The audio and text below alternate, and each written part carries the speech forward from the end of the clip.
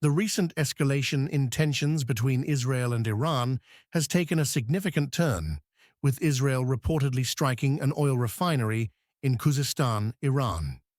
This strike is seen as a response to Iran's missile attacks on Israel and reflects the ongoing conflict that has escalated since the outbreak of hostilities in October 2023.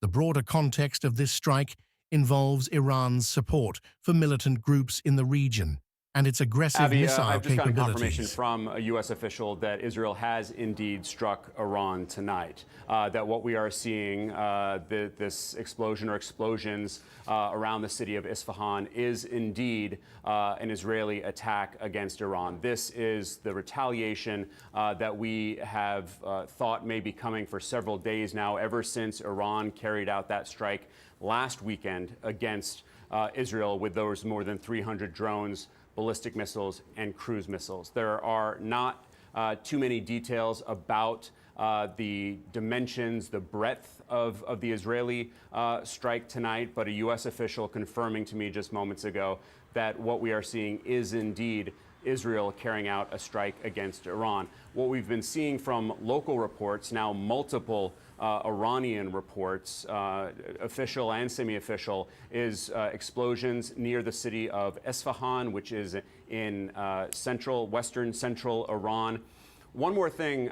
In recent months, Iran launched nearly 200 missiles toward Israel, prompting retaliatory action from the Israeli government.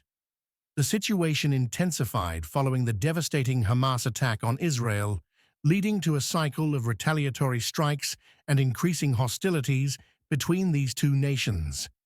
The Israeli strike on the Khuzestan oil refinery marks a significant escalation, as targeting oil infrastructure is a strategic move designed to cripple Iran's economy and its military funding capabilities. The refinery in question is crucial for Iran's oil exports, which are already limited by international sanctions. Reports suggest that this attack could not only impact the refinery itself, but could also deter future missile launches against Israel. Ehud Barak, a former Israeli prime minister, indicated that Israel has a compelling need to respond to Iranian provocations, citing the necessity for a robust military response. Analysts believe that this strike could lead to a series of retaliatory actions from Iran, potentially widening the conflict. The risk of escalation into a broader regional war remains a serious concern. Serious words from a whole range of Iranian officials over the course of the past few days, the latest of whom was this Iranian foreign minister in New York with our colleague Aaron Burnett tonight, warning that if Israel were to attack Iran, that they would strike back hard, that they would expand their range of targets beyond just military like last weekend to include civilian, financial, and others, and that they could do so immediately. One thing to note from the foreign minister's interview, he said that they would not be going after U.S. targets unless the U.S. were somehow directly involved. I was told very firmly by a U.S. official not too long ago that the U.S. certainly did not give the green light to this Israeli operation. What we have heard all week long from senior administration officials is that they did not want Israel to carry out this counterattack. They wanted to take the win, so to speak. And Iran, for its part, has indicated that it will respond forcefully to such attacks, leading to fears of a cycle of retaliation that could involve other regional players, including Hezbollah and Iranian-backed forces in Iraq and Syria. From an economic standpoint, the strike is likely to impact global oil markets, but recent trends suggest that the market is somewhat insulated from direct disruptions. Increased oil production in other regions, notably the US and Brazil, has reduced dependence on Middle Eastern oil, which may cushion the blow of any supply disruptions stemming from further conflict between Iran and Israel. Control, and that the messaging phase is perhaps over. I take the Iranian officials, notably the foreign minister, at their word. And I don't think they're going to respond in kind, but they're going to respond with a larger attack that, in their minds, would be more effective than the first one. That's an ominous warning there, and I think that you may be right. We've been discussing, it's not clear that either side knows how this might end. Director Clapper, continue to stand by for us. Major Mike Lyons is with us as well. Major Lyons. However, any prolonged conflict or substantial damage to Iranian oil facilities could still lead to fluctuations in global oil prices, with analysts warning that significant increases in oil prices could have ripple effects on global economies. As Israel continues to engage in military action against Iranian assets, the potential for a broader conflict looms large. The situation remains fluid, with both sides capable of escalating their military responses. International Consequences of that. Well, Israel is clearly trying to demonstrate its military superiority, and it has done that effectively, whether it's in Damascus or now in Iran, especially if it's close to a nuclear facility. It may not take it out, but it is showing what its muscle is.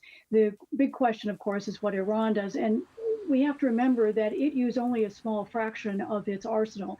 It has over 3,000 ballistic missiles, and so it used somewhere around 10%. It has a lot of weaponry that it can unleash on Israel. Now, the tragedy in all of this is I don't think either Israel or Iran wants the bigger war. Clearly, the United States has used its leverage to try to prevent the region from deteriorating into something that is, no one can contain. One of the big questions, of course, is also what is Israel's long-term strategy? Is it seeking to prevent a nuclear capability, or is it trying to encourage or do things that lead eventually to some kind of regime change? And I think Israel has proven its short-term effectiveness in taking out Iranian or Iranian proxy assets, its weapons depots, its military. observers are closely monitoring the developments, as they could have far-reaching implications not only for the Middle East, but for global stability and security. In summary, the strike on the Khuzestan oil refinery is a significant chapter in the ongoing conflict between Israel and Iran, highlighting the complexities of regional politics and military strategy. As both nations brace for potential escalations, the international community watches closely for signs of further conflict. Still with us, Max. The questions that Robin raised, what are Israel's long-term goals here? And I don't need to remind anyone, there is a very significant conflict going on right now in Gaza that is taking up quite a lot of Israeli resources. But they're also trying to engage Iran really for the first time directly. So where does this go from here? That's a great question, and that's not something I'm sure that Israeli leaders have necessarily thought through. I think the knock on Israel in recent years is they're very good tactically from a military standpoint. They can hit targets, they can kill people, they know how to, they're a very effective military, but they have a hard time translating tactical military gains into long-term strategic gains. And you're seeing that problem right now in the Gaza Strip, where they're doing a lot of damage, killing a lot of Hamas operatives, killing a lot of civilians. But how are they going to create a long-term peace in Gaza? They don't seem to have any concept of what happens after the guns fall silent. They don't have any idea of who's actually going to govern in Gaza.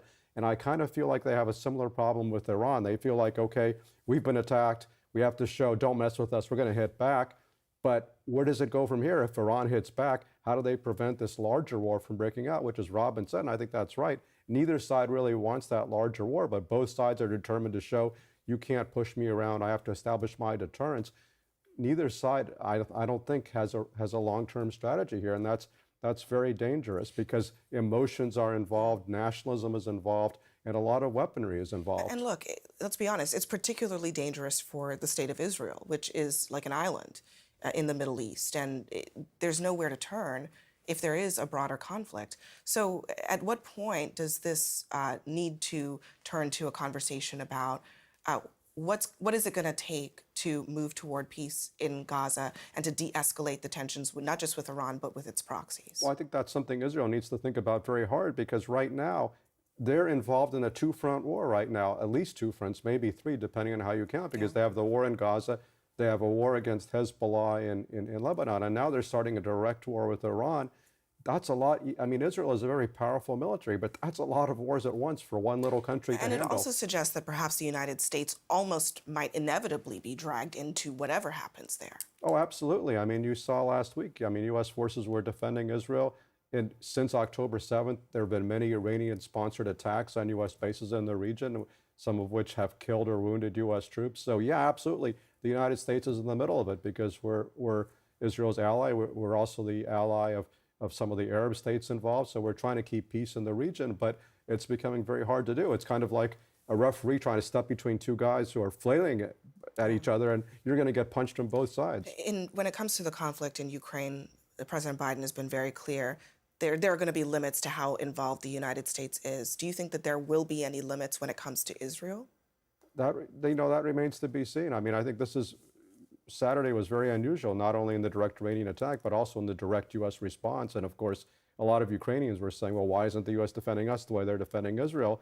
But I think there is a logic here that the U.S. is desperately trying to prevent a wider war in the region. And so, now the issue is, did Israel ignore U.S. warnings not to attack Iran? And if so, do we wind up defending Israel anyway from the inevitable Iranian counterattack?